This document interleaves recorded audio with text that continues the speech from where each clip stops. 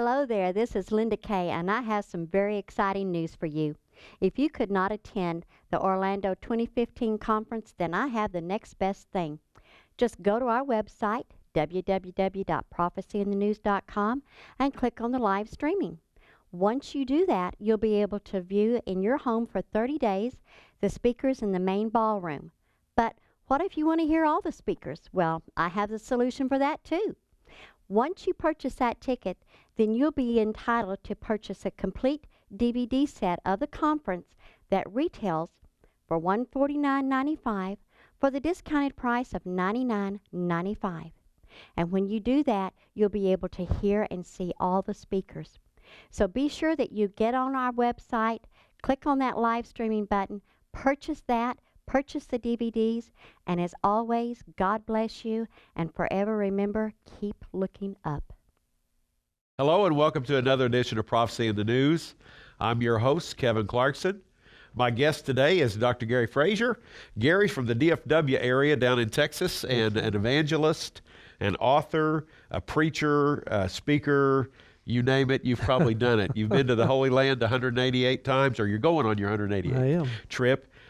Real in-depth studies of prophecy and speak in churches across the nation. And boy, it's a delight to have you partner with us as a guest and just being a friend of our ministry here at Prophecy in the News. Well, Kevin, it's a joy, and it's been a great privilege to get to know you these last few months as we've had the opportunity now to do a number of programs together. And I appreciate so much your sweet spirit and you know, sometimes you just kind of meet somebody and God kind of just melts your hearts together, and I kind of feel that way about you. And Beats together. Yeah, and so it's a joy to work with you. Thanks for having me today. It's a pleasure. And I want to tell our viewers, you're going to be one of our featured speakers at our Prophecy in the News conference that's coming to Orlando, March 5th, 6th, and 7th. Mm-hmm. And we look forward to that. And folks, you can still register. We have about 26 speakers. Some of the greatest really new information and insights that are coming forward, and a lot of prophecy is kind of unsealed as the time approaches, or you see it better in retrospect as you get to the threshold. That's where we are today. We seem to be rocketing toward a lot of things. You don't want to miss being with us in Orlando. So go to our website, prophecyinthenews.com, and register now to be with us. We've got hotel rates still at a discount for you, but that deadline's swiftly approaching, so you need to do it now. Now, if there's no other way that you can participate live, we will do a live stream that will let you participate in your home, in your living room. But it's only going to be the main sessions in the ballroom. You'll miss all the breakout speakers, and you'll miss the special banquets and things. So being there live is always better. Well, Kevin, of course, one of the things that we talked about earlier, for $50, at least they get to, live stream it. But there's nothing like being on site because, Joseph Farrell's going to be there, WorldNet Daily, and of course Jonathan Kahn, who authored the Harbinger and the Shemitah, and then so many other guys, and as you said, you'll be speaking, I'm going to be speaking, we're going to have just a great time, and you get some of that one-on-one fellowship with these guys who write books, and your point is well taken. Today we live in a time where really the illumination, if you would, of our spirits and our minds with regard to Bible prophecy, things that other generations couldn't understand, we understand that. God told Daniel to seal up the words of this scroll until the time of the end. And we're in the time of the end. And I tell you, people are understanding, and we're understanding Bible prophecy in an incredible way today that previous generations just have not been able to do so. And Gary, I'm feeling an acceleration, not only in the scriptures opening, but in just the climate of evil and immorality. And, this picks up where we left off on the last show about America. Mm-hmm. You had pointed out so well that America is not mentioned in the Bible. Right. Why would it be? There was not an America when these guys wrote, and they're not going to name a country that isn't yet, because for 17 centuries people would go, what is this? Right. God's word's not that way. Mm. And yet we can take truths and principles and see where America was founded in God, with an understanding of His truth, of His desire for a righteous nation. And then as you were talking in our last program, we begin to see how that began to unravel. Yeah, and Kevin, one of the interesting things is, 2 Chronicles 7:14, which is a passage of Scripture that I think probably most of our viewers are familiar with. If my people who are called by my name will humble themselves and pray and seek my face and turn from their wicked ways, then will I hear from heaven and heal their land. And that passage of Scripture has been, misused many, many times, but it was specifically written to the Jewish people. But the principle there is applicable even into our times. I and that believe is, so. if my people, the people of God, and while we're experiencing and seeing really right before our very eyes the moral and cultural and spiritual deterioration of the United States of America, the cry is for the people of God to stand up, to take positions. You know, Amen. recently, I know you have the privilege of hearing Franklin Graham speak about this very same subject, about America and what we as Bible followers of Christ are supposed to be doing. And that is, it's time for the people of God, as we are living in this particular society and culture that is so in such a deplorable state. I mean, we Yes. just look around every strategy of our society, we see it virtually disintegrating right before our very eyes. It's time for the people of God to stand up. We need godly people to run for political office. And I appreciated so much when Franklin Graham made the comment that, you know, people have said, well, my dad, Billy Graham, the greatest evangelist, of course, I think we can say of the 20th century, was never involved politically, and yet it was a different day. Kevin, we had schools where the Bible was still on the desk of the teachers when we could pray in the public arena. All of those things have changed over time, That and now day's we need to gone. step in and fill that vacuum with godly men and women who will take a stand, who will run for political office, who will stand on the moral and biblical teachings of the Word of God. And Gary, I have to reply sometimes because sometimes people will say, well, you're not supposed to mix politics with church. We were fine with that for decades, but you know, really the people of the enemy, Satan, they have made everything political. They have. They've made the bedroom political, what we eat political. They're in our kitchen. They're in every phase of life. And so if we speak to anything today, unfortunately, it's going to have to be political. Well, first of all, it's ridiculous today when people talk about the fact that somehow we're supposed to divorce what the Word of God says from the political arena. The truth of the matter is that America was founded upon biblical principles. Amen. And that in fact it was the teaching of the Word of God that brought America into existence, that created this idea that all men were created equal and that they had the right to religious freedom. And that was one of the founding principles, of course, that drove the birth of America itself. And somehow we've come to the place now in the 21st century where we somehow think that church is over here and government is over here. Let me just be very clear about this. The government has no business in the church Amen. because this is God's business. On the other hand, the church has every bit of right to be in the government's business. Why? Because this is a nation that was formed on the principle of we the people. And we the people have the right to demand and to hold government accountable. We do not work for the government. The politicians work for us. The government, this nation, has at its very head the very idea that there is a creator God and that all of mankind, up to including every single American, regardless of whether it is a Supreme Court justice who's one of this 9 members of this oligarchy that's been appointed, or it is the elected senators and or congressmen, no matter what it is, these people, up to and including the President of the United States, are to be the servants of the people, Exactly. of we, the people of the United States. It's been of turned America. upside down. It has been. Because the founders began, and of course the document begins, we the people. Mm-hmm. And that's really who the ultimate authority rests with, in the phrase consent of the governed, that we allow them to rule. We have a participatory government where we vote and they're representing us, and when they're not, we have the right, really the God-given responsibility, I believe, True. to address misuse of power or immorality in high office. Well, we have the right, according to the Constitution, to demand a redress of our grievances. Exactly. And I will tell you, if You've you got are some a grievances. if you are a thinking American today, Yeah. and you're watching what's happening, and if you're engaged in our culture and you understand what's going on, we have a long laundry list of grievances We today. do, we do. And I want to mention in this vein, our friend Bill Federer, who will be another guest at our conference. Right. He has pointed out so well, he was asked by, at one time, a major media news reporter about religious liberty and why do the Christians think they need to speak up. And he asked her, who do you think gave you that religious liberty? Mm-hmm. He said, do you think the atheists gave you that religious liberty? Right. and he pointed at the communist regime where you silence all dissent. Right. He said, did the government give you that religious liberty? Again, governments in total totalitarian control, they silence all other voices. They want to be God. He said, do the Islamists give you that religious liberty? All we have to do is look at Saudi Arabia. There are no churches, there's no Bibles, there's no evangelism. Right. This idea of the freedom of conscience comes out of the root of Christianity, because God made man in his image, and every man is free to have the ability to worship God. Absolutely, and that is so well stated by Bill, because really the freedoms that we have come directly from the Creator Himself. And the fountain of all freedoms is that religious liberty. Absolutely. Well, I'd like to read a passage that you referred to before we began the program. We kind of need an anchor passage as we think about authorities and government and believers. So really the passage, you could say, in the New Testament is Romans chapter 13, and we'll look at just a few verses and read, and then Gary, I'll welcome your comments on these. It says, let every soul be subject unto the higher powers, for there is no power but of God. The powers that be are ordained of God.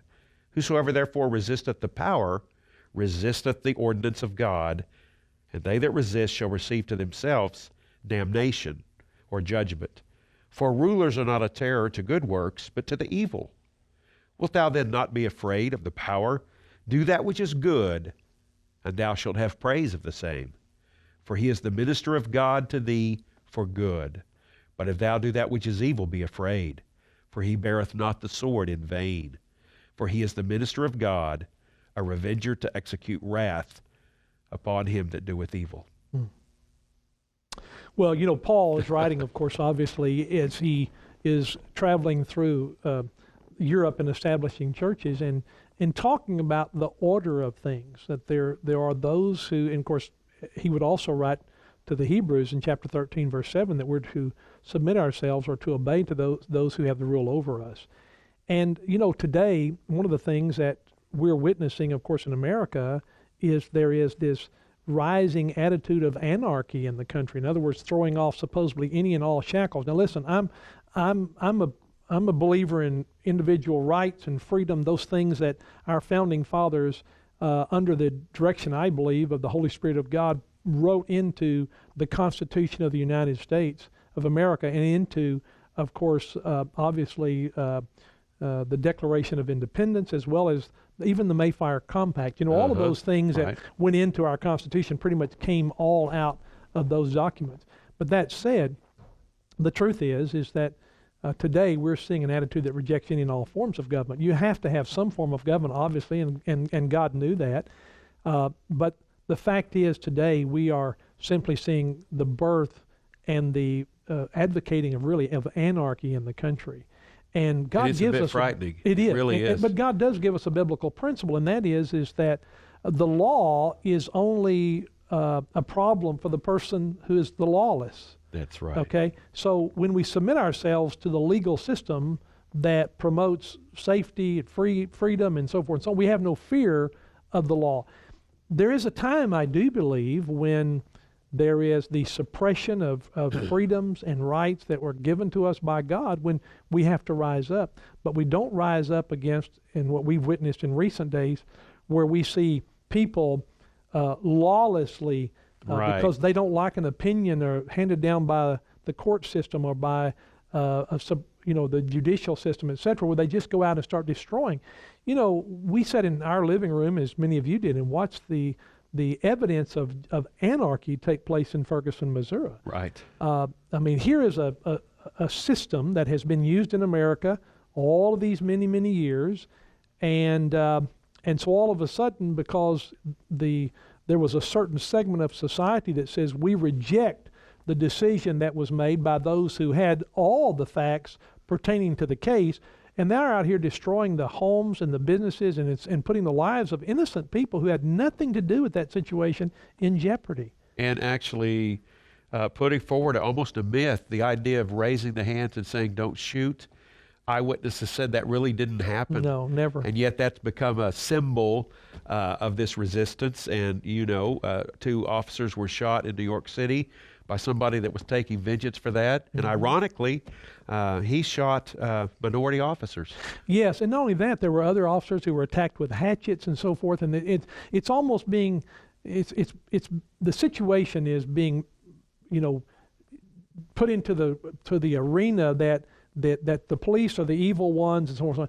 The statistics are overwhelming that paint all of that as being a lie. Now, I don't have those numbers right in front of me, but they're certainly available to anyone and everyone who cares to look at them. And that is that overwhelmingly, this idea that black men are the target of the police. Now, and I'm not saying there haven't been wrongs. There certainly have been. Surely have. We're dealing with human instrumentality. We're dealing with policemen who are put in situations that can be life-threatening in that very moment. For them, they have to make a snap decision. Sometimes they make the wrong decision in the interest of their own personal survival. But the facts are that there is simply is not an overwhelming majority of black men are being shot by police, because that has been refuted now statistically. Well, and tragically, most of the black murders are committed by blacks against and blacks. I'm concerned too. Look, this idea that somebody runs around and says Black Lives Matter. Listen, every life matters. Amen. And I want to tell you why. That is because every single human being is created in the image of Amen. God, by Creator God, and He loves them. And every person has value. You say, well, how can you say that a black person has value? Because Jesus Christ died on the cross for every single one of us. Therefore, He put the value on all of our individual lives. So not only do black lives matter, but so do Hispanic lives. So do it doesn't matter how much pigmentation a person has in their skin. There's only one race. It's called the human race, and we all bleed when we're cut. We all have the same dreams and desires and aspirations in life. And so to say one life matters more than another, not so. They all matter.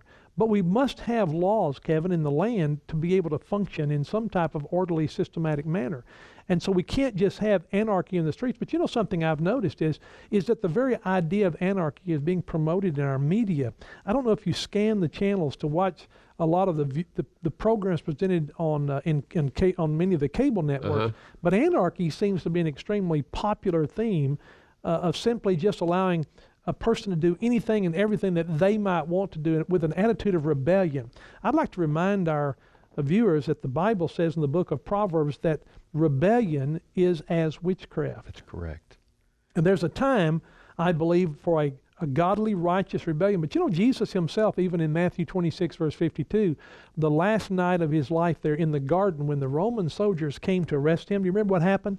Peter pulls a sword, and he cuts off a servant's ear, and Jesus responds by saying, if you live by the sword, you will die by the sword. So Jesus Himself never advocated revolt against the government. He never sought to overthrow the oppressive Roman government that was in existence in His time.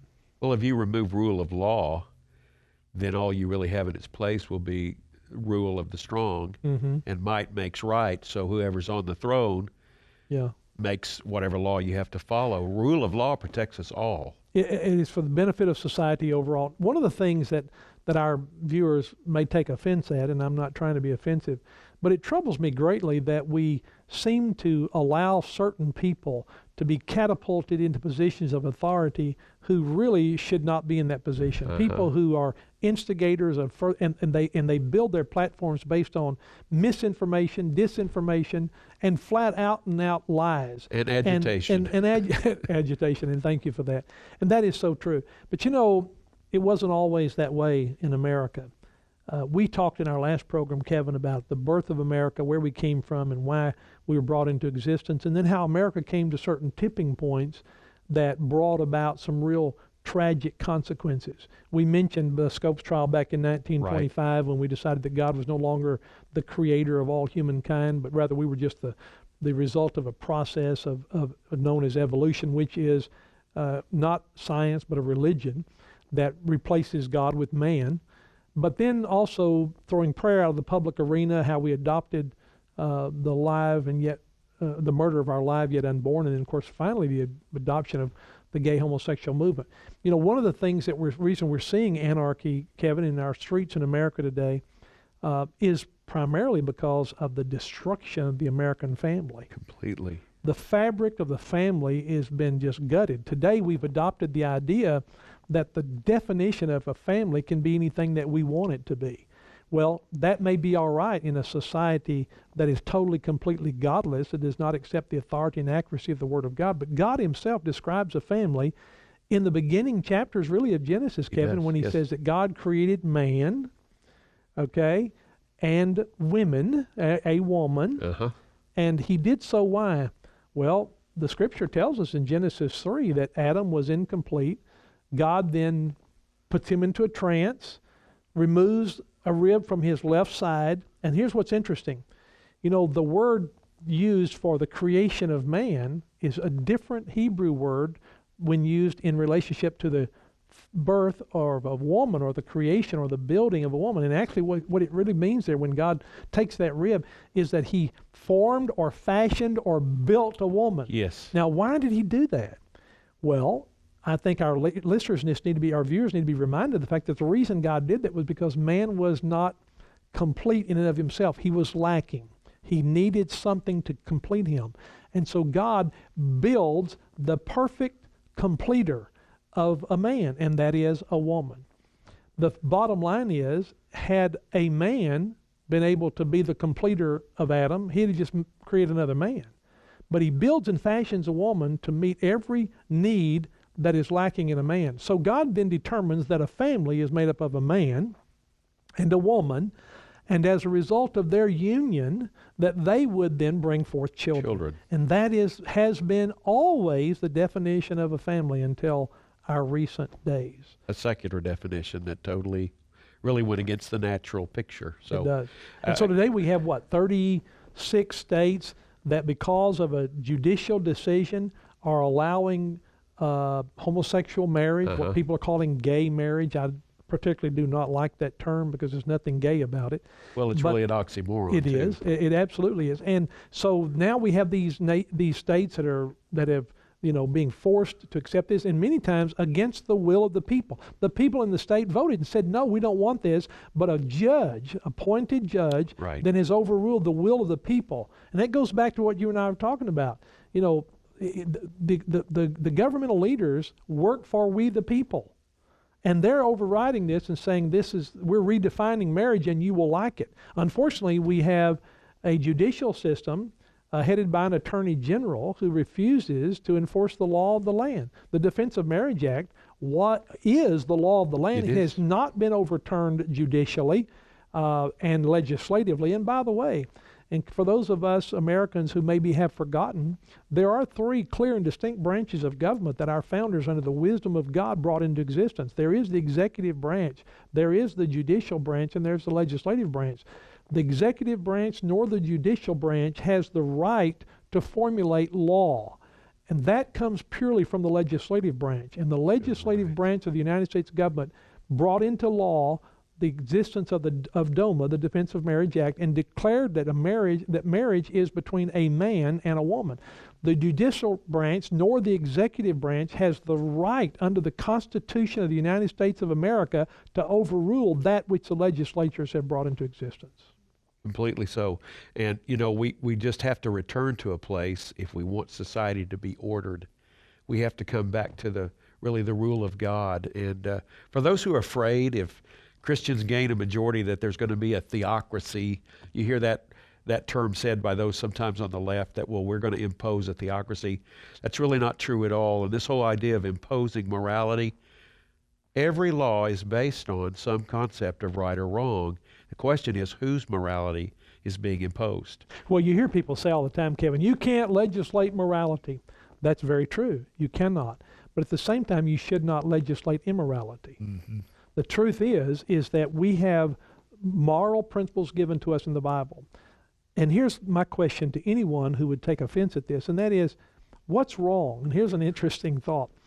The judicial branch of the government declared that the 10 Commandments, that in throwing them out of our system, forcing the removal from schools, etc., in their opinion, the Supreme Court of the United States of America, in the writing of this opinion, said that we had to get rid of this lest the children look at them and learn from them. Now, let me ask this question of any person who has an IQ above plant life, and that is this. Is there anything wrong with a child being taught that it's not good to steal, that it's not good to lie, that it's not good to be harmful? I mean, the Ten Commandments are not harmful to anyone. My prayer is, bless God that a child would look at them and learn from them, because it makes them a more contributing member of a culture and a society that promotes wholesomeness. You know what we've lost in our society? Not only have we lost all forms of morality, the fact that today, in recent days, we've heard about, for example, one of the cornerback of the Seattle Seahawks, Richard Sherman, who drew media attention because his girlfriend was about to deliver a baby, and his dilemma was whether or not to play in the Super Bowl in the event that his girlfriend might deliver a child. Nothing mentioned about the fact that this is a married couple, but rather that this is a child being born out of wedlock. And today we've come to the place where our conscience has been so seared that we don't even see anything wrong with that. But God himself says there's something very wrong with that, because today in our world we've come to the place where we promote, of course, obviously fornication, adultery, filthy, vile language. All these things are commonly accepted. We expect people to lie. We don't think anything about that. We expect them to be dishonest, even up to and including politicians. We don't expect anything about that at all. These are indicators of a dying culture and society. Today, there is such a lack of civility in our culture. It's amazing. It is. You have to only read some lists that Paul gives in Timothy about the end times, perilous times, and that there'll be such lawlessness and breakers of promises, and even murdering parents. Look what we're seeing today with murdering parents, teenagers. Look what we're seeing with parents killing their own children, unnatural affections, the Bible calls them. And right.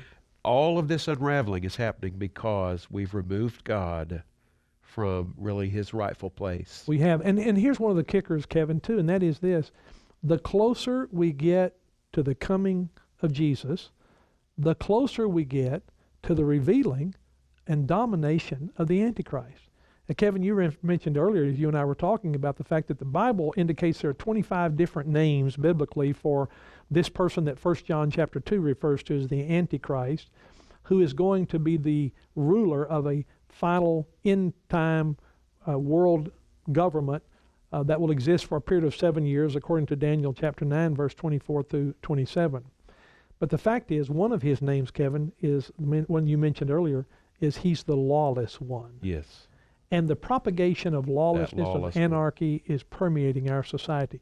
Friend, listen, I don't know if you know Jesus Christ personally or not, but I will tell you, the only hope you have for not only a quality of life in the present tense, but in the future, that is eternity to come, is through a personal relationship with Jesus Christ.